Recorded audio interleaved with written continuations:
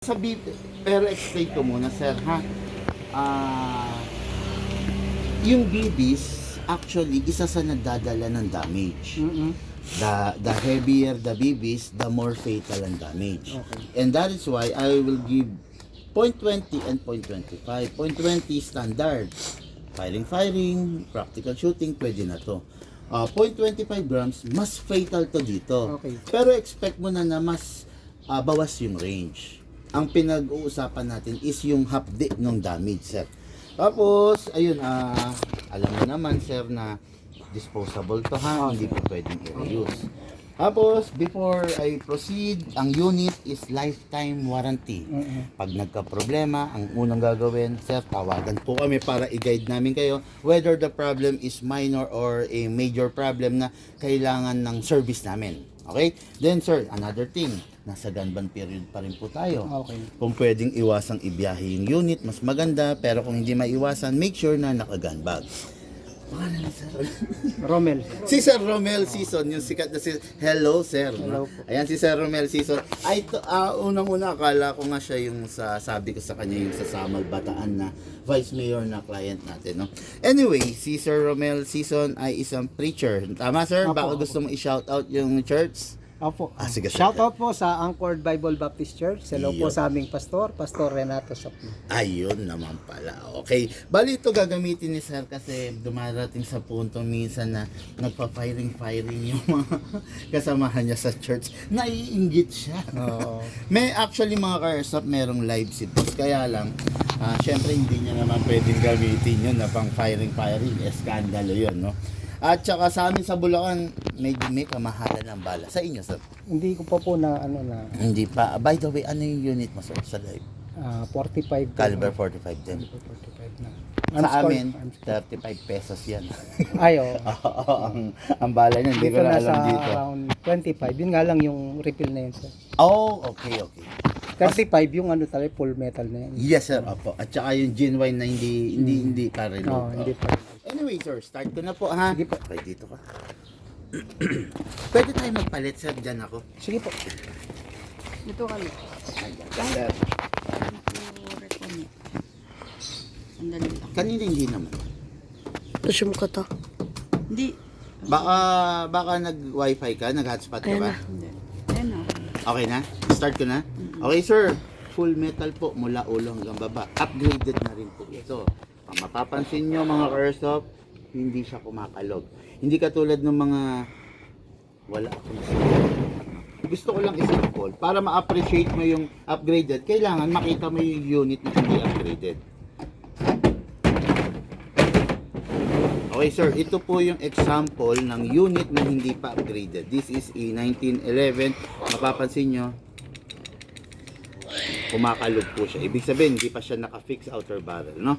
Okay, then, tabi muna natin to. Set natin.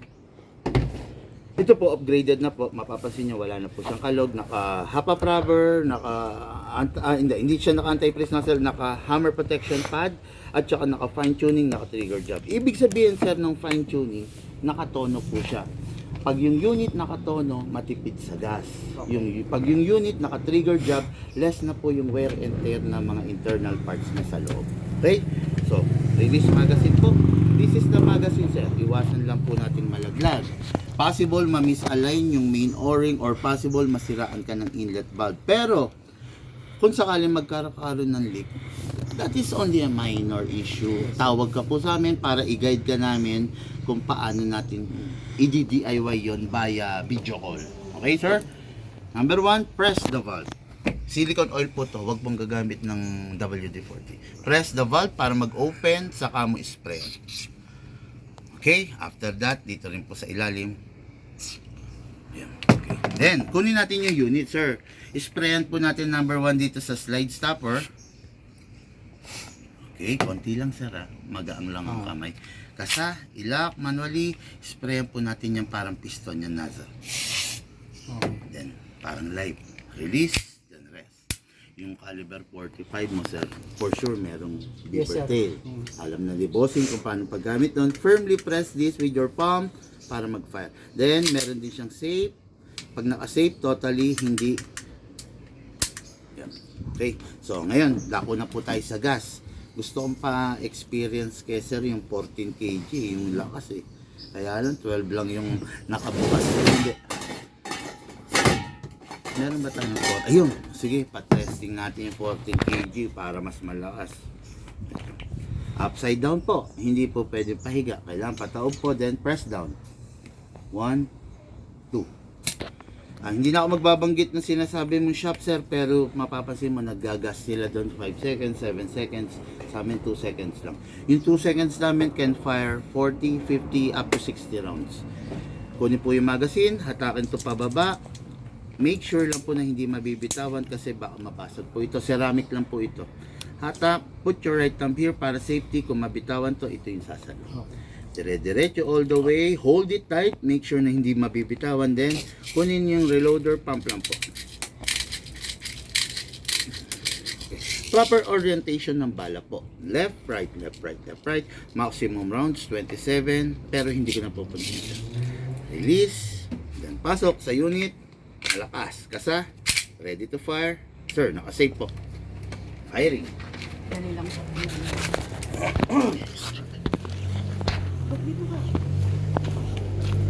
Dito kayo, dito kayo.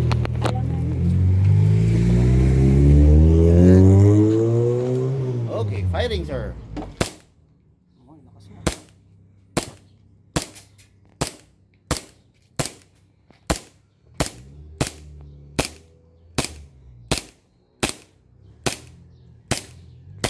Yun.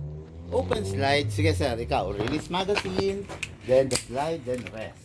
Yun. Okay. Tapos, sir, yung gas po natin, hindi po siya nare-refill. Okay. Huwag nyo pong i-attempt i-refill kasi sumasabog po siya.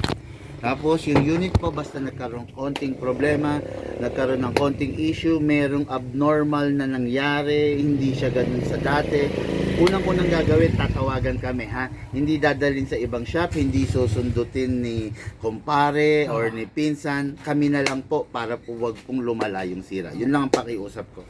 Tapos, tulad nito, marami pa pong laman to. Pwede pa pong lalagyan nyo, then ipa-fire na po. Okay? Hindi ko na po papasingawin. Pero pag yung unit, hindi nyo muna priority, hindi kayo maglalaro, bago nyo siya itabi, make sure na wala na siyang lamang bala at saka wala na pong lamang hangin. Okay po? Mga airsoft, yun ha, tulad ng sinabi ko, nasa gasan period pa rin po tayo, no? Iwasan natin bit-bitin. Kahapon meron akong ka-airsoft, tigas ang ulo sinukbit yung unit, nadaan sa checkpoint.